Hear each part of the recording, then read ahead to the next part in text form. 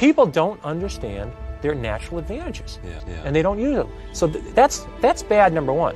But worse, number two, is if you don't think you're a good ice skater, or if you're convinced you're not a good cellist, you're not going out and try it. But people are buying stocks anyway. They're not discouraged, they just think it's a gamble.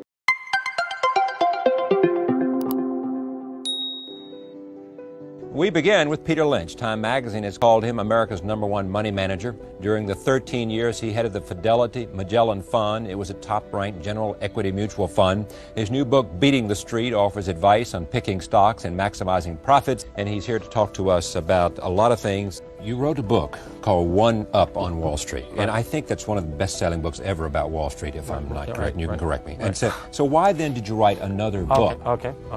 I think the reason I wrote it was I try to explain to people their great advantages, their edges they have, and that they should get involved in stocks. Right.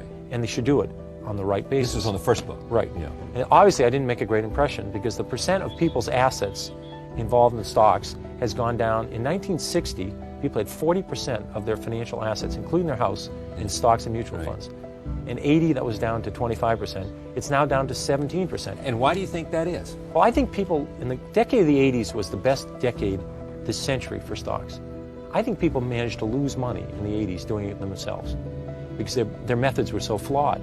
So I really feel as though I want people to understand. I don't want anybody to buy a stock. I'm saying if you're going to buy a stock, you should do certain things. Right. If you're not willing to do these things, you should leave your money in the bank.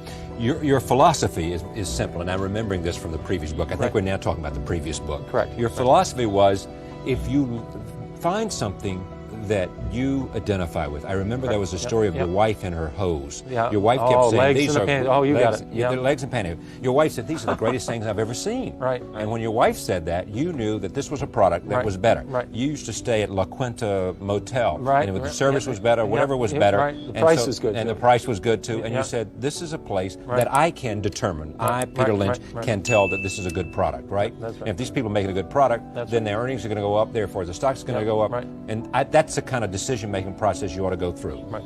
Do I have it? You've got it exactly right. Well, I don't think people understand there's 100% correlation with what happens to a company's earnings over several years and what happens to the stock. If the company, McDonald's, has done very well as a company, the stock has done very well.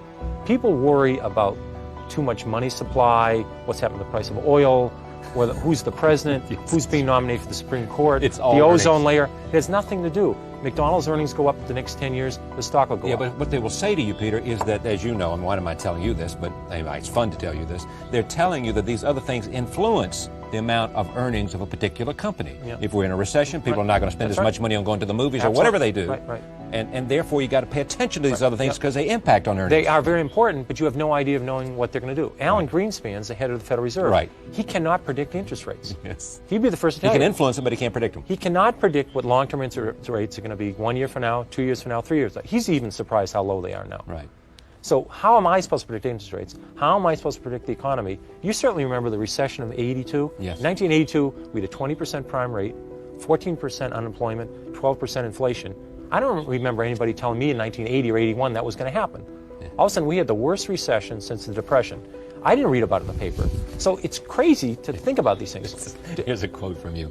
I own Dunkin' Donuts. When you own Dunkin' Donuts, you don't have to worry about Korean imports. You don't have to worry about M2 or M3. These are money supply figures, aren't they? Yep. And what's happening to the money supply? This is the way you make money. If you don't understand what the company does, you should not be in it. If you could predict the stock market, you could predict the economy, you could predict interest rates. If you go buy the wrong stocks, you're going to lose half your money anyway. Right.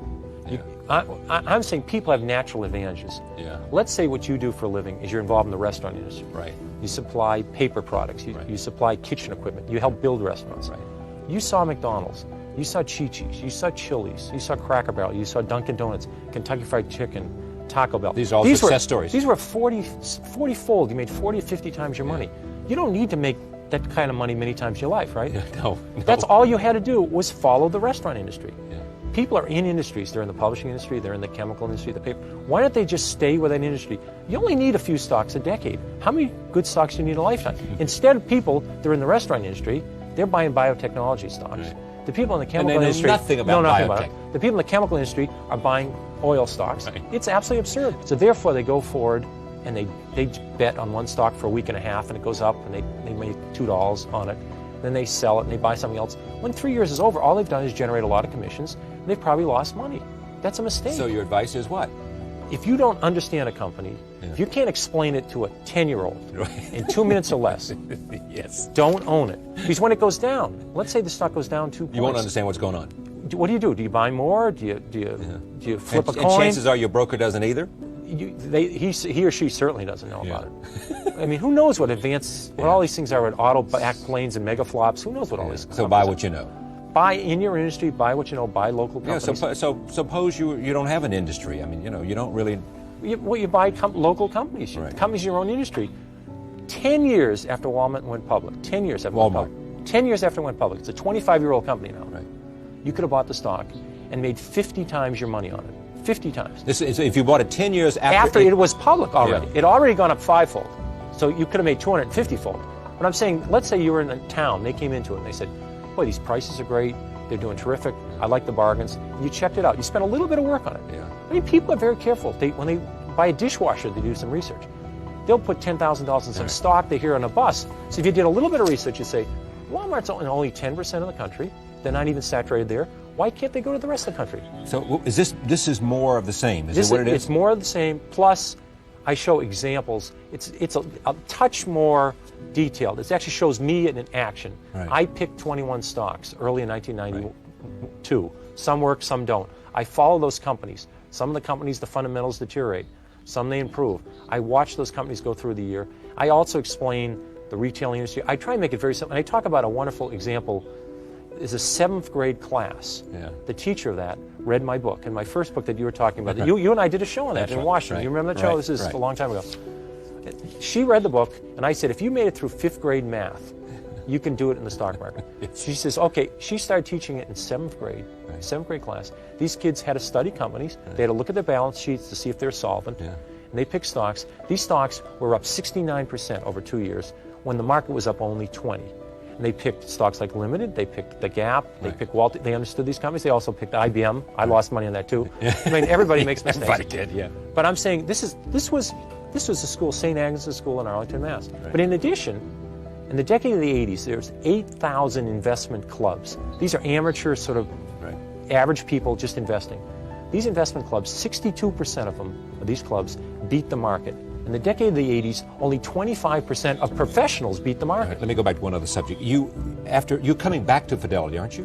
Aren't you going to do something? When I finish this book, I've been working about 1 or 2 days a week the last year and a half on this book. Right. Now I'm done with the book. I'm going to go back to maybe 1 day a week, working with the younger analysts, just listening to them, talking to them. I'm not telling them to buy Xerox, so you're not to sell Xerox. your old lifestyle. Not totally. I'm not going to run another fund. 13 years was plenty of running a fund.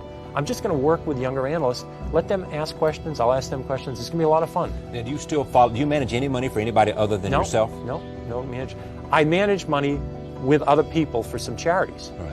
But no, I don't manage anybody's accounts. You're not doing some mutual fund, no, some pension fund, some nothing. I'm out. University Cold fund. turkey. No. All right. Cold turkey, did you? Cold turkey. Now, are you happy you did this? I'm obviously delighted. It's great. And you like your new life? Oh, it's fabulous. Right. Let's talk about the economic plan. What do you think of it? You absolutely have to invest more in education. You have to invest more in companies. You have to invest less in just spending money. I mean, today people are encouraged to spend. You spend money. Let's say you put an addition on your house. Right. You spend money on that. That you can get a tax deduction because the interest on it is tax deductible. Mm-hmm. If you invest, if you take your money and put it in the bank, you're taxed at a very high rate. They have this incredibly unfair term. It's called unearned income. Every time I do on income taxes, and I fill out the number for what you made, the money you put in the bank, and it's called unearned income. It's an insulting term. But anyway, if you buy a stock and you make money on it, you pay a 28% tax on it. Yeah. Guess what the capital gains rate is in Japan? Capital gains rate in Japan is 10%. Zero. Right. I mean, we're not encouraging people to save. We're not encouraging people to invest. So we're encouraging people to spend. You're in favor of the elimination of the capital gains tax that Bush proposed. Reducing it or eliminating it.